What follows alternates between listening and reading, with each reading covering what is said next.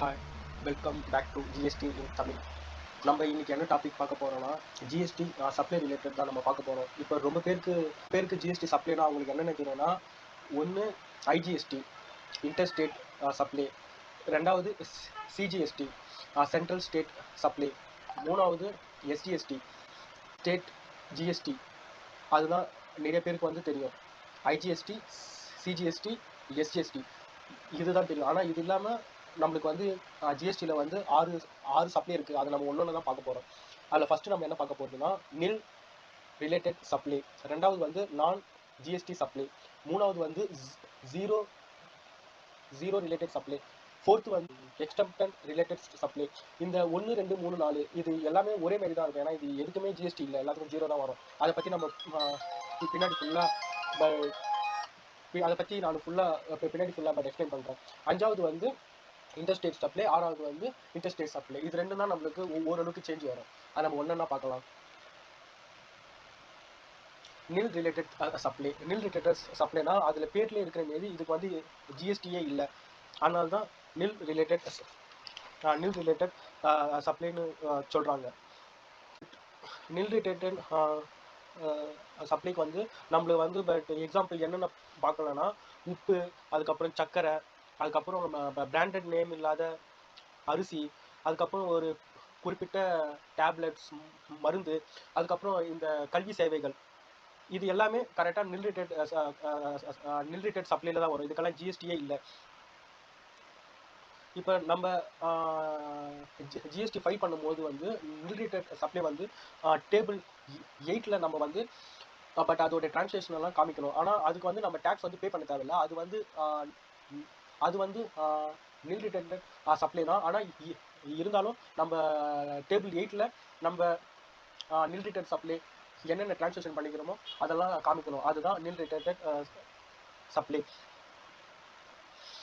But நான் முன்னாடியே சொன்ன மாரி நில் ரிலேட்டட் சப்ளையில் வேறு சில பொருட்களும் வரும். அது வந்து காய்கறிகள், பழங்கள், அதுக்கப்புறம் பால் பொருட்கள் வந்து பிராண்டட் இல்லாத பால் பொருட்கள், மருந்துகள், அதுக்கப்புறம் கல்வி சார்ந்த சேவைகள், அதாவது tuition fees, but education fees. அது வந்து கல்வி சார்ந்த சேவைகள் வந்து சிலதுக்கு ஜிஎஸ்டி போடுவான், ஆனால் பலதுக்கு ஜிஎஸ்டி இல்லை. பட் உதாரணத்துக்கு நம்ம ஸ்கூல் ஃபீஸ் கட்டுறோம்ல, இப்போ அது கவர்மெண்ட் ஸ்கூலில் இருந்தாலும் ப்ரைவேட் ஸ்கூலில் இருந்தாலும் அதுக்கு வந்து ஜிஎஸ்டி போட மாட்டாங்க. கவர்மெண்ட் ஸ்கூலில் மேக்ஸிமம் ஃபீஸ் வாங்க மாட்டாங்க ஃபீஸ். ஆனால் சில ப்ரைவேட் ஸ்கூலில் அப்படி உங்களுக்கு ஸ்கூல் ஃபீஸ் வாங்கினாலும் அதுக்கு வந்து ஜிஎஸ்டி இல்லை. அது வந்து நில் ரிலேட்டட் சப்ளைல தான் வரும்.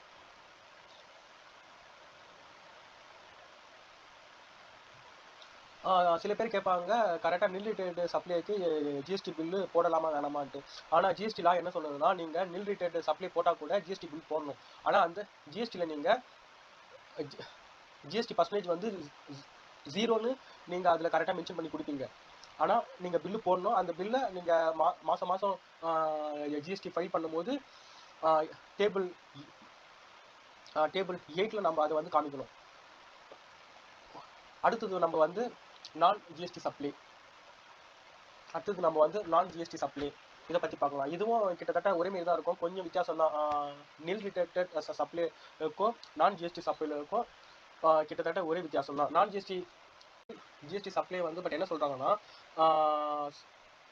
சில குறிப்பிட்ட பொருள்கள் இல்லைன்னா குறிப்பிட்ட சேவைகள் அது வந்து கரெக்டாக ஜிஎஸ்டி கீழே வரவே வராது. அதில் தான் நான் ரிலேட்டட் சப்ளைன்னு அவங்க வந்து சொல்கிறாங்க.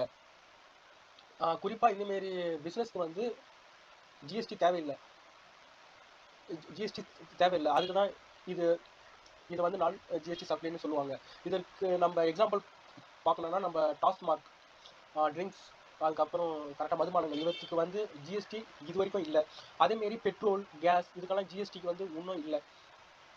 அதுக்கப்புறம் நீங்கள் வந்து கரெக்டாக ஸ்டேட் கவர்மெண்ட்டோ சென்ட்ரல் கவர்மெண்ட்டுக்கோ நீங்கள் ஏதாவது சேவை செஞ்சு நீங்கள் வந்து ஏதாவது சேவை செஞ்சு கொடுக்குறீங்க, ஏதாவது சர்வீஸ் வந்து அவங்களுக்கு வந்து ப்ரொவைட் பண்ணுறீங்க, அதுக்கும் ஜிஎஸ்டி இல்லை. இது எல்லாமே நான் ஜிஎஸ்டி சப்ளைல தான் வரும்.